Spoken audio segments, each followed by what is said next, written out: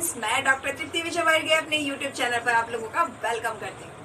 जैसा कि इस समय मैं आपको इन्वेंट्री मैनेजमेंट और स्टोर कीपिंग के बारे में बहुत कुछ समझा रही हूँ, इसी रेफरेंस में आगे बढ़ते हैं। आज बताते हैं इन्वेंट्री में या स्टोर में किस तरीके से फायर प्रोटेक्शन किया जाता है। हालांकि सेफ्टी प्रोटेक्शन बहुत सारे तरीके से किया जाता है, स्पेशली अपन फोकस करेंगे इस समय फायर प्रोटेक्शन के लिए। तो अब फायर प्रोटेक्शन को समझने से पहले फायर साइंस को समझना जरूरी है। क्या है फायर सेफ्टी और क्या है फायर साइंस, ये नहीं समझ में आता तो फायर प्रोटेक्शन नहीं समझ में आएगा। तो हम स्टेप बाय स्टेप आगे चलेंगे। सबसे पहले स्टार्ट करती हूँ फायर सेफ्टी क्या है। जरा ध्यान देखना कि फायर सेफ्टी क्या है। इसको समझने के लिए हमें ये समझ में आता है ये एक सब्जेक्ट तो है ही है, लेकिन ये केवल इंसानों से या प्रॉपर्टी की सेफ्टी से ही रिलेटेड नहीं है, लेकिन बल्कि ये तो किसके साथ, चाहे बिल्डिंग्स हो चाहे सर्विसेज हो, उनकी भी सेफ्टी से रिलेटेड है। यानी फायर सेफ्टी की अगर हम बात करेंगे तो केवल हम जान और माल की बात नहीं कर रहे हैं, उसकी सुरक्षा की बात नहीं कर रहे हैं। चाहे बिल्डिंग हो चाहे हमारी सर्विसेज हो, उनकी सेफ्टी भी फायर सेफ्टी में ही काउंट होती है। ठीक है, अब हम ये मानते हैं कि अगर हम देखेंगे मानव जो जगत है उसके लिए जो फायर का जब से इन्वेंशन हुआ था, फायर ने हमारी जिंदगी को बहुत आसान बना दिया था। लेकिन फायर से बड़ा कोई दुश्मन भी नहीं है। अगर ये जितना फ्रेंडली है ना, इसका एनॉर्मस जो नेचर है उस वजह से ये हमारे लिए बहुत बड़ा डिस्ट्रक्शन भी साबित होती है। तो अब यहाँ पे इसका मतलब है हमें फायर को तरीके से यूज करना चाहिए, तरीके से ही कंज्यूम करना चाहिए। अब मुद्दे की बात क्या है कि फायर प्रोटेक्शन मेजर्स को जब हम अप्लाई करते हैं तो चाहे हम रेजिडेंशियल बिल्डिंग की बात करें, कमर्शियल बिल्डिंग की बात करें या इंडस्ट्रियल कॉम्प्लेक्सेस की बात करें, हर जगह पर हमें अपने जो अवेलेबल एरिया है उसको दिमाग में रख के उन प्रोटेक्शन सिस्टम्स को या उन मेजर्स को लागू करना होता है। हमें समझना पड़ता है कि यहाँ इस इलाके की ज्योग्राफी क्या है, डिमांड क्या है, हमारा नेचर ऑफ बिजनेस क्या है, नेचर ऑफ सर्विसेज क्या है, उसके हिसाब से ही हम मेजरमेंट अप्लाई करते हैं प्रोटेक्शन के लिए। तो साइंस को समझना इसीलिए बहुत ज्यादा जरूरी है। अब एक और चीज, फायर प्रोटेक्शन क्यों है, फायर प्रोटेक्शन का रोल क्या है, ये हमें समझ में आता है। अब जरा देखो, मैंने लिखा है एनबीसी रेगुलेशन। ये एनबीसी रेगुलेशन क्या है ये भी आपको पता होना चाहिए। अगर हम फायर प्रोटेक्शन की बात कर रहे हैं तो नेशनल बिल्डिंग कोड होता है। ये नेशनल बिल्डिंग कोड होता है जो कि इसके नियम कायदे हैं हमारे देश में। मैं इंडिया के कॉन्टेक्स्ट की बात कर रही हूँ और इसमें 3 बार रिवीजन हुआ है। एक बार तो पब्लिश हुआ था और 2 बार रिवीजन हुआ है। 1970 में ये पब्लिश हुआ था पहली बार एनबीसी कोड। ठीक है, एनबीसी रेगुलेशन जिसको कह रहे हैं। 1970 के बाद में 83 में इसका फर्स्ट रिवीजन हुआ था और उसके बाद में 2005 में इसका सेकंड रिवीजन हुआ था। Presently we are following 2005 NBC regulations. Clear?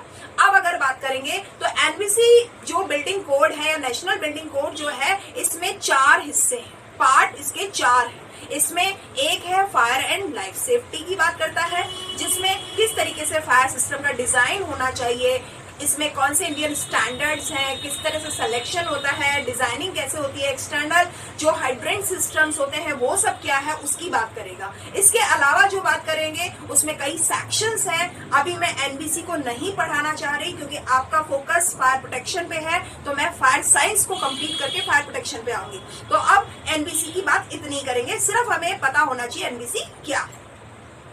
अब जरा बात करेंगे हमारे जो फायर साइंस है उसका मीनिंग क्या है और उसके एलिमेंट्स वगैरह क्या है। जरा मीनिंग की बात करेंगे, जैसे कि फायर का मतलब क्या है, it is a process of burning.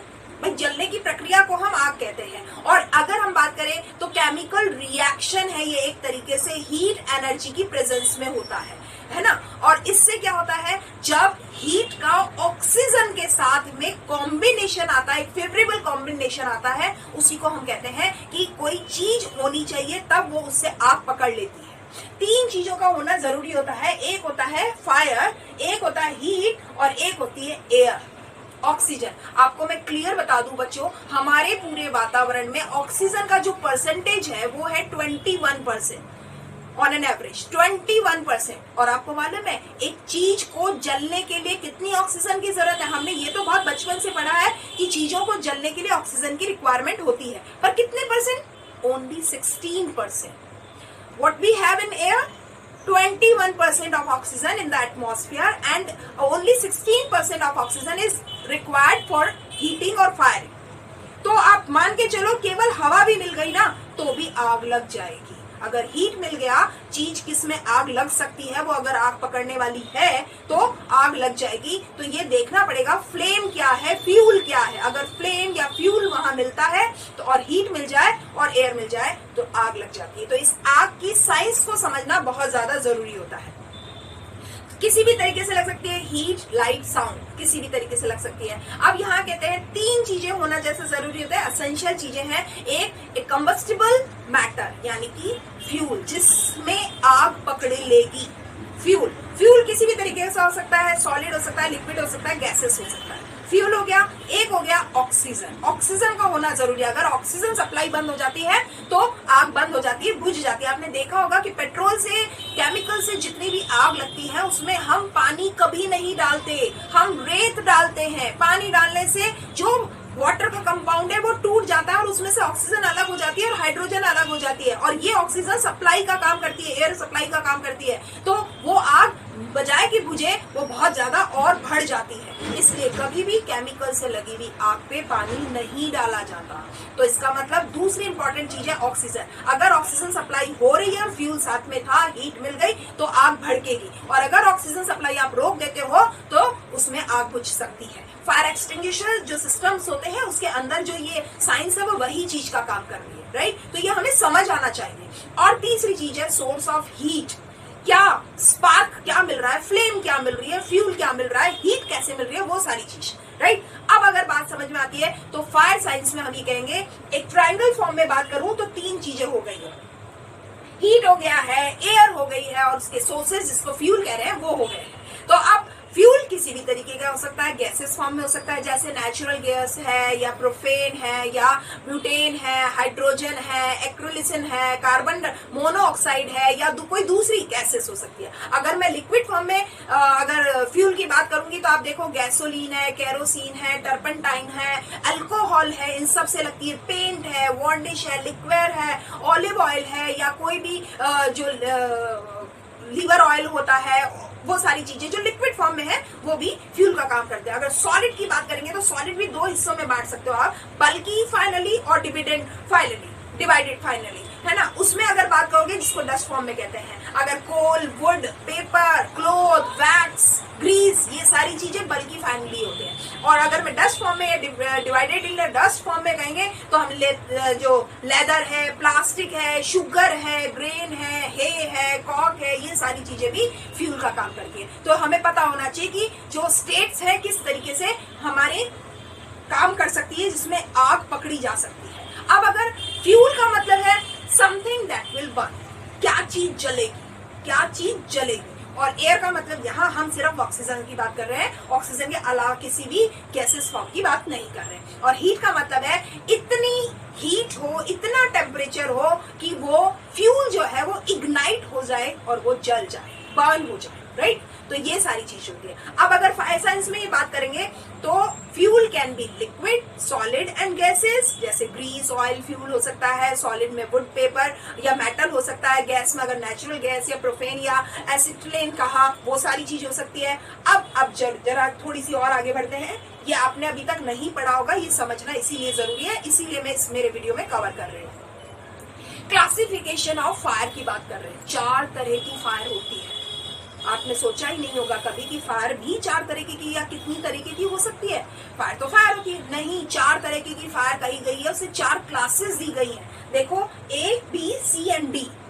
A class जो फायर होती है उसको हम कहते हैं ऑर्डिनरी फायर, जिसको जैसे वुड, पेपर या क्लोथ में जो आग लगती है उसको हम बोलते हैं ऑर्डिनरी कंबस्टिबल, ठीक है। इसमें वुड, पेपर, रबर, प्लास्टिक, वो सारी चीजें आती है जो मटेरियल है। अगर फायर जो टाइप ऑफ 2 की बात करूं, जिसको बी कैटेगरी कह रहे हैं, क्लास बी फायर की बात कर रहे हैं, तो वो फ्लेमेबल लिक्विड होता है, जैसे ऑयल हो या ग्रीस हो या गैसेस हो, लिक्विड फॉर्म में भी हो सकता है, किसी भी फॉर्म में हो सकता है। ये सारी क्लास बी फायर होती है, इसमें हम फ्लेमेबल लिक्विड की बात कर रहे हैं। अब जो क्लास सी है उसमें हम एनर्जाइज्ड इलेक्ट्रिकल इक्विपमेंट की बात करते हैं, जो मटेरियल हो सकते हैं, कोई भी मोटर, पंप, कोई और दूसरी ऐसी इलेक्ट्रॉनिक आइटम्स जो स्विच बोर्ड्स वगैरह होते हैं, आपने देखा होगा शॉर्ट सर्किट हो जाते हैं, वो सारे सी कैटेगरी की बात होती है। अब जरा आ जाओ क्लास डी कैटेगरी में, flammable metal. Flammable metal, B में आपने फ्लेमेबल लिक्विड की बात करी थी, डी में आपने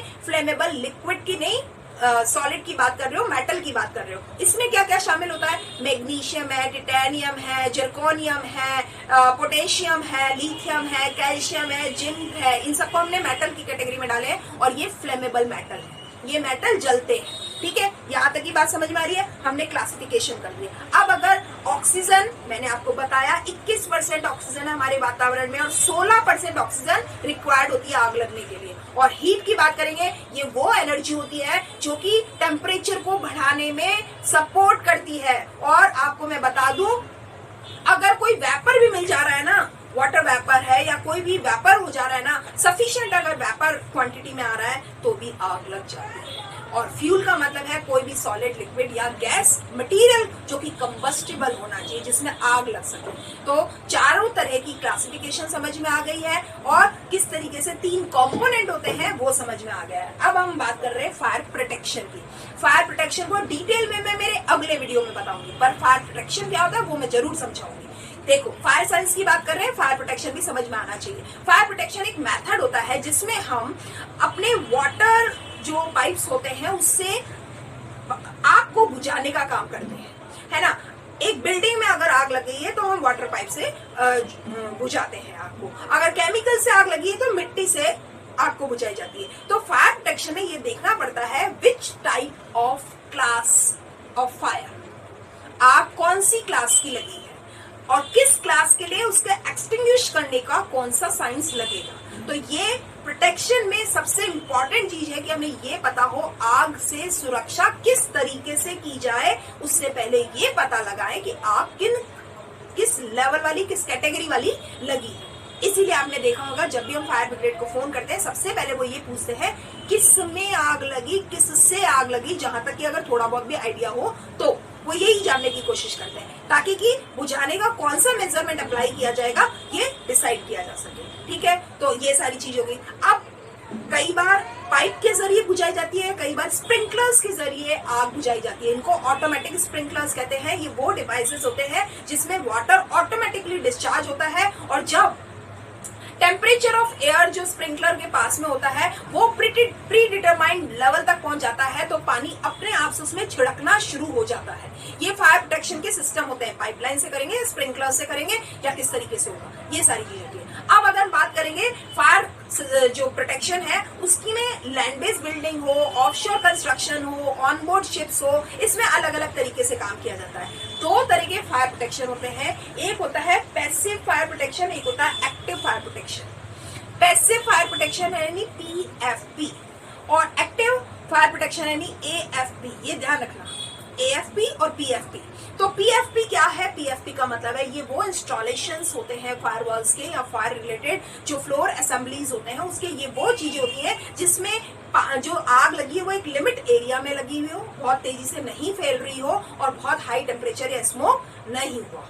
ठीक है, और एक्टिव में क्या होता है? ऑटोमेटिक डिटेक्शन किया जाता है इसमें, वो खुद ही पता लगा लेती है और सप्रेस करती है, उस आयर को दबा देती है और स्प्रिंकलर सिस्टम अपने आप, अलार्म सिस्टम या स्प्रिंकलर सिस्टम जो है वो अपने आप ऑन हो जाता है। इसमें ये चीजें देखनी पड़ती है कि कौन से वाले पैसिव फायर प्रोटेक्शन को अप्लाई किया जा रहा है या एक्टिव फायर प्रोटेक्शन को अप्लाई किया जा रहा है। अगर हम पैसिव PFP की बात करेंगे तो ये इंटीग्रल कंपोनेंट होता है जिसके अंदर हम इस किसी भी बिल्डिंग का फायर प्रोटेक्शन को या फायर सेफ्टी को कर रहे होते हैं। इसमें धीरे धीरे जो आग फैल रही है उसमें किस तरीके से एक वॉल खड़ी की जाती है, फ्लोर डोर जो होते हैं उनके बीच में किस तरीके से आग को रोकने का काम किया जाता है, वो सारी चीजें होती हैं। इसका एम क्या रहता है? पूरी तरीके से इसके टेम्परेचर को कम करना, और टेम्परेचर को कम करके ही हम किसी फायर को रोक सकते हैं। तो अगर आप देखेंगे ये कहते हैं कि fire protection system is typically demonstrated in fire testing the ability to maintain the item और the side of the protected और the below either 140 degree centigrade. यानी अगर दीवारों की बात करेंगे, जमीन की बात करेंगे, इलेक्ट्रिकल सर्किट की बात करेंगे तो वहां पे हमें उस आग को रोकने के लिए हमें हमें 140 डिग्री सेंटीग्रेड तक लेके आना होगा, ठीक है। अगर सेल्सियस की बात करेंगे तो 550 डिग्री सेल्सियस की बात हो रही है, ठीक है।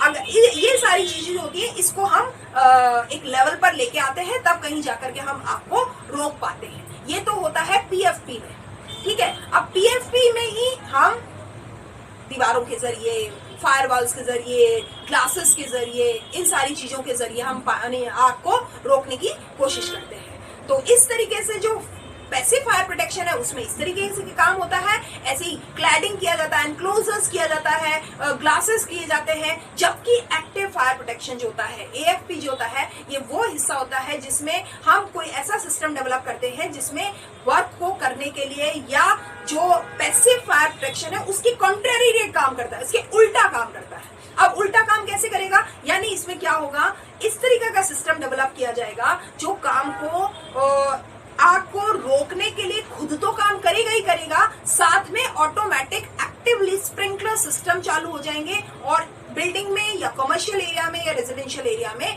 वो आग को रोकने का काम करेंगे। ये सारी चीज जो होती है ये एएफपी का काउंटिंग होती है। फायर को डिटेक्ट करती है, उसके बाद उसमें फायर प्रिवेंशन सिस्टम लागू होता है और उसके बाद उसमें ये एएफपी सिस्टम जो होता है वो इंस्टॉल्ड होता है और वो अपने आप उस पर काम करना शुरू कर देता है। उसमें जो पानी की रिक्वायरमेंट होती है, उस पानी की रिक्वायरमेंट में ऑटोमेटिकली उसमें सारी चीजें सिस्टम डेवलप हो जाती हैं और वो अपने आप पानी को टैंक से सप्लाई करवा लेता है। ये सारी चीजें होती हैं एएफपी में। तो पानी का स्टोरेज किया जाना, वो भी उसका कनेक्शन पूरा प्रॉपर होना, ये सारी चीजें भी देखी जाती है। तो आज की क्लास के लिए मैं इतना ही बताऊंगी। फायर से रिलेटेड ही और एक और आगे की जो बातें रह गई हैं वो मैं अगले वीडियो में बताऊंगी। आज की क्लास के लिए इतना ही। उम्मीद है आपको फायर साइंस समझ में आया होगा, फायर सेफ्टी समझ में आएगा, प्रिकॉशनरी जो क्या करना होता है उसको मैं आगे की क्लास में कवर करूंगी। Thank you and keep watching my videos regularly.